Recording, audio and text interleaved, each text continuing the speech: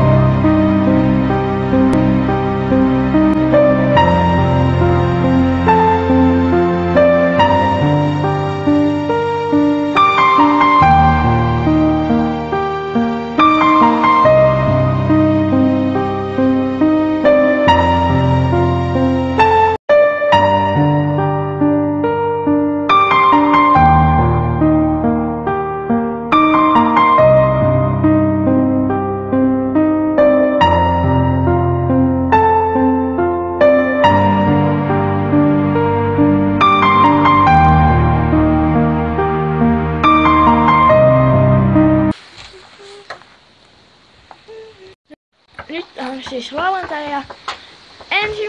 lokakuuta. Moikka! Nyt on 1. päivä lokakuuta, eli lauantai, eli keskipäivä. Tässä on sipsi, eli mässyy, ja mitä laitin, aivan ihanimpi Heart Mix kakkeja. Ja huoneeni on pysynyt siistinä, mutta noin mä leikkisin nyt, mutta mä siivoan kyllä, mutta muuten on tosi hyvin pysynyt siistinä. Niin, moikka!